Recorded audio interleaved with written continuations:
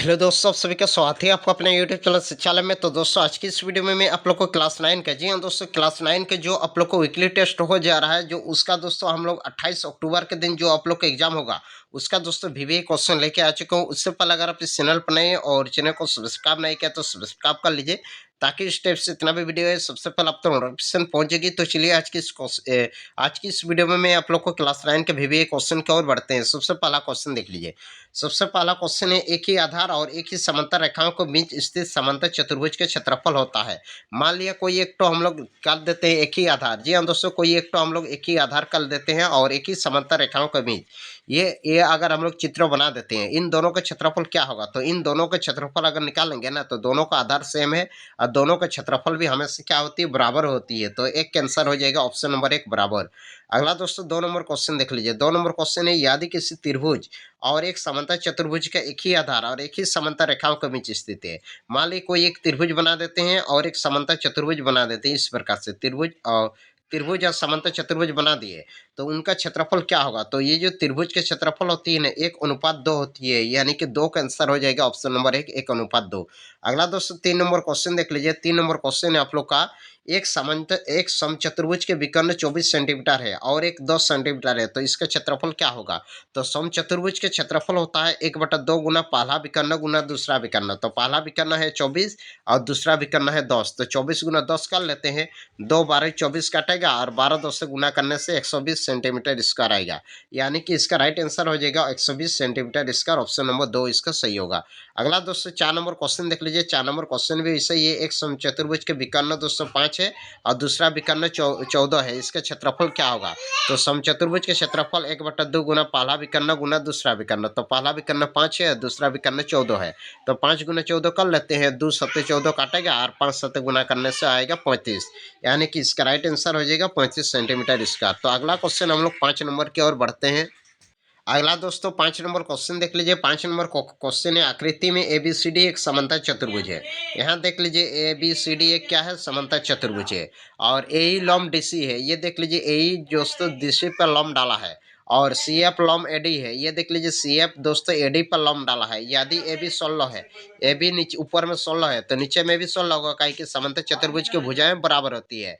एई 8 है, यहाँ देख लीजिए एई कितना है, 8 है और सी एफ 10 है। यहाँ पे देख लीजिए सी एफ 10 है, तो एडी का मान निकालना है। यहाँ पे दो एडी है ना, एडी का मान निकालना है। यहाँ दोस्तों आप लोग का त्रिभुज बन रहा है, तो दोनों त्रिभुज के क्षेत्रफल हम लोग निकाल लेंगे। जी हाँ दोस्तों, यहाँ पे देख लीजिए, अगर डीसी को आधार मानेंगे और एक बार एडी को आधार मानेंगे, तो डीसी को अगर आधार मानेंगे तो समांतर चतुर्भुज आप लोग का क्वेश्चन में है। समांतर चतुर्भुज के क्षेत्रफल होता है आधार गुना ऊंचाई। आधार क्या है, डीसी, और ऊंचाई कितना है, एई, यानी कि डीसी गुना एई होगा। फिर उसके बाद अगर दूसरा अगर ये वाला को एडी को आधार मानेंगे, तो एडी गुना आधार हुआ और सी एफ हुआ ऊंचाई, एडी गुना सी एफ। और डीसी देख लीजिए, ऊपर वाला देश 16 है, तो नीचे वाला भी 16 होगा। 16 गुना एई, एई का मान कितना है, एई का मान है 8। यहाँ पे 8 बैठा रहते हैं और एडी तो निकालना है, तो एडी गुना सी एफ का मान है 10, तो एडी गुना 10। यहाँ पे 16 गुना 8 आएगा और ये 10 गुना है, तो नीचे भाग आएगा, तो यहाँ पे होगा एडी। तो ये 16 और 8 गुना करना होगा, तो 16 8 गुना करने से दोस्तों 128 होता है।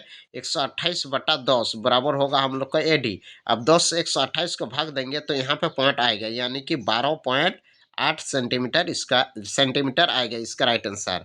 तो 5 का आंसर हो जाएगा हम लोग का 4 नंबर 12.8 सेंटीमीटर। अगला दोस्तों 6 नंबर क्वेश्चन देख लीजिए।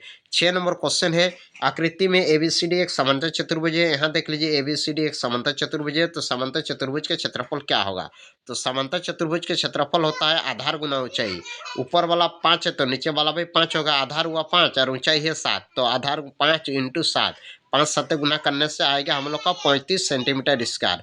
तो समांतर चतुर्भुज के क्षेत्रफल हुआ 35 सेंटीमीटर स्क्वायर। अगला दोस्तों क्वेश्चन देख लीजिए। 7 नंबर क्वेश्चन है आप लोग का, आयत एबीसीडी में एबी 6 है। यहाँ देख लीजिए एबी कितना है, 6, और एडी 4 है। यहाँ पे देख लीजिए एडी बराबर 4 सेंटीमीटर है, यानी कि एडी ये वाला 4 है। तो पी ए बी के क्षेत्रफल ज्ञात करने। यहाँ पे देख लीजिए त्रिभुज के क्षेत्रफल है, तो त्रिभुज के क्षेत्रफल होता है 1/2 गुना आधार गुना ऊंचाई। आधार 6 है और ऊंचाई 4 है, तो 2 3 6 काटेगा, 4 3 गुना होगा तो 12, यानी कि इसका राइट आंसर हो जाएगा 12 सेंटीमीटर स्क्वायर।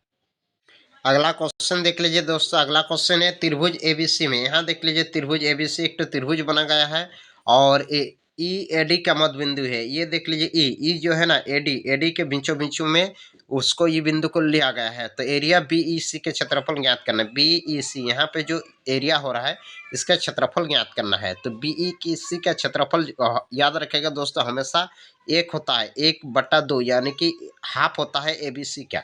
एबीसी का दोस्तों आधा होता है क्षेत्रफल। तो 13 का आंसर हो जाएगा हाफ एरिया ऑफ त्रिभुज एबीसी होगा। अगला क्वेश्चन देख लीजिए। अगला क्वेश्चन दोस्तों 14 नंबर कुछ इस प्रकार से क्वेश्चन है। डी ई एफ यहाँ देख लीजिए, डी है, यहाँ पे ई है और एफ। डी ई एफ त्रिभुज ए बी सी की भुजा, यहाँ ए बी सी की भुजाओं में बी सी सी ए और ए बी के मध्य बिंदु है। तो area of D E F का निकालना है। जब भी डी ई एफ यहाँ पे देख लीजिए एक त्रिभुज है, इसका एरिया निकालना होगा। तो इसका एरिया होता है 1/4 of area A B C का 1/4 होता है, यानी कि इसका राइट आंसर होगा जाएगा 1/4 of area A B C. तो दोस्तों ये था आप लोग का वीवीए क्वेश्चन जो आप लोग को एग्जाम की दृष्टि में काफ़ी इंपॉर्टेंट है। तो मिलते हैं नेक्स्ट वीडियो में, तब तक के लिए बाय बाय।